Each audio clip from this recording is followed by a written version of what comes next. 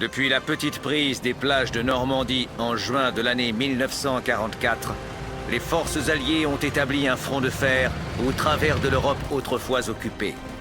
Ils ont conquis le territoire ennemi, enchaînant victoire sur victoire, tout en libérant des millions de personnes de la tyrannie.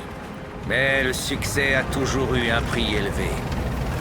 Nos forces ont avancé à vive allure et étendu les lignes de provision alors que l'épuisement atteignait les troupes.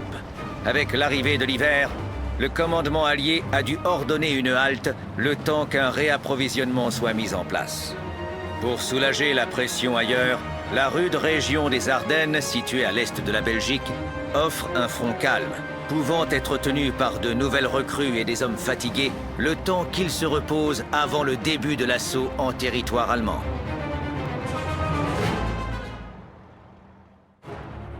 Le 16 décembre de l'année 1944, un énorme barrage d'artillerie a surpris les forces alliées et signalé le début d'une contre-offensive allemande dans les forêts des Ardennes autrefois tranquilles. Leur intention est de diviser les lignes alliées en deux avec pour objectif de récupérer le précieux port d'Anvers. Leur coordination est excellente. Avec les terribles vents froids hivernaux, nos forces aériennes sont coincées au sol.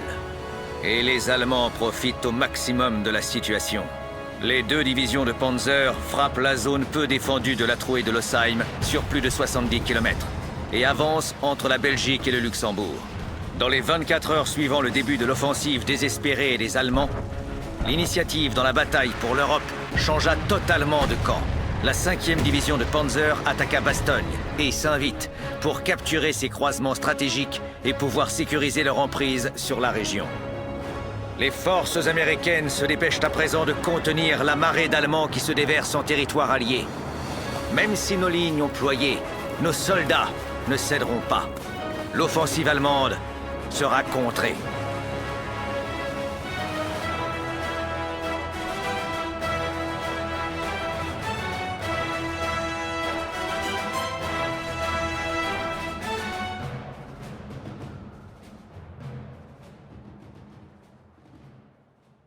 Autour de la ville d'Oran, 2 ponts couvrent la rivière Our. Ces ponts ont joué un rôle décisif lors de l'offensive allemande.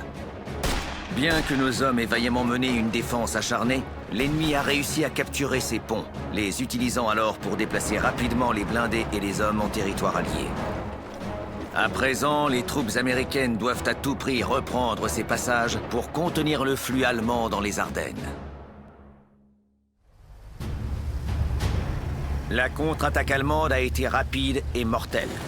Se déversant dans les Ardennes, l'ennemi a repoussé nos hommes des villes jumelles de Rochrath-Krinkelt jusqu'à la crête d'Elsenborn. C'est là que nous avons décidé de ne plus nous laisser faire. Le mauvais temps entravant le soutien aérien, nos hommes doivent compter sur l'artillerie lourde et sur leurs crans. C'est tout ce qui empêche les Allemands de progresser plus encore dans les Ardennes.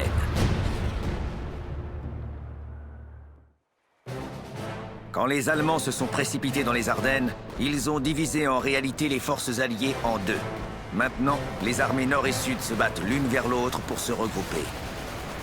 Leur but est de se retrouver à Oufaliz, bourgade située en plein milieu de l'avancée allemande. Au nord, la première armée a engagé l'ennemi dans une bataille féroce, alors que son homologue au sud se dépêche de rejoindre la lutte.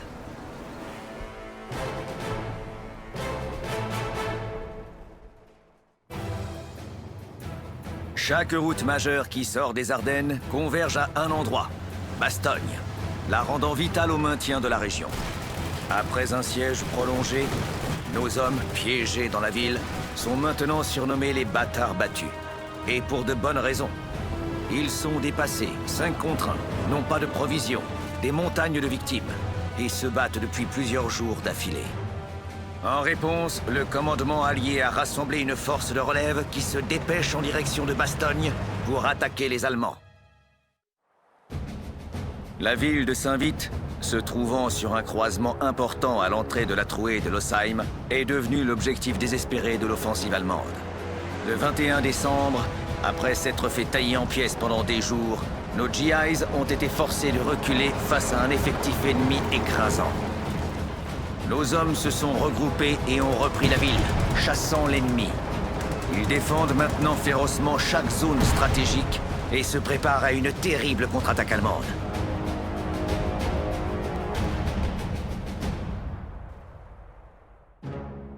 Après 2 heures de combat de chars à Stoumont, les blindés allemands ont fini à sec et ont dû se replier. Personne n'attendait de contre-offensive juste après ça.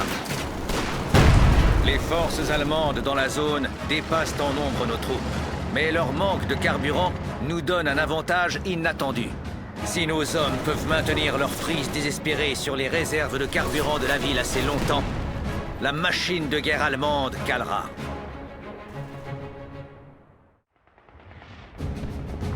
En dépit d'une résistance acharnée de nos troupes, la ville de Stavelot est tombée devant l'irrésistible avancée des forces allemandes.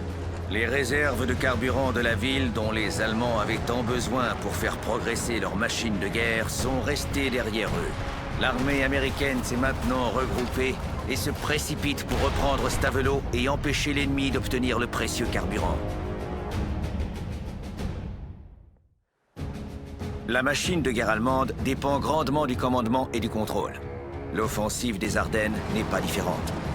Diverses sources affirment que l'ennemi a consolidé un vaste réseau de structures de commandement autour de la ville d'Espelert. Si nos hommes devaient agir, toute attaque devrait sans doute se faire à la faveur de la nuit. Une telle action paralyserait la capacité allemande à coordonner la zone avant même qu'ils aient compris ce qui les frappe.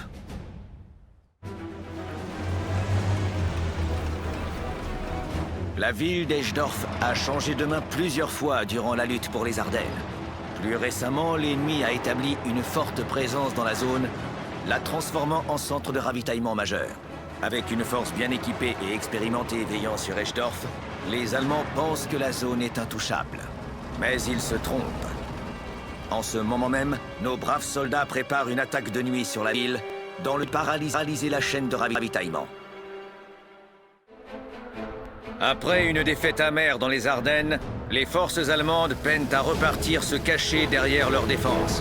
L'heure est maintenant venue de profiter de notre avantage, durement gagné. Avant de prendre l'Allemagne en elle-même, les forces alliées doivent s'occuper de la région à l'ouest du Rhin. Sur la route menant à l'objectif se trouve la fameuse ligne Siegfried. Ses défenseurs sont armés jusqu'aux dents avec des secteurs anti-aériens, de l'artillerie et d'importantes forces de l'Oberkommando. Malgré cela, nos courageux soldats sont déterminés et veulent frapper les Allemands avec toute leur force.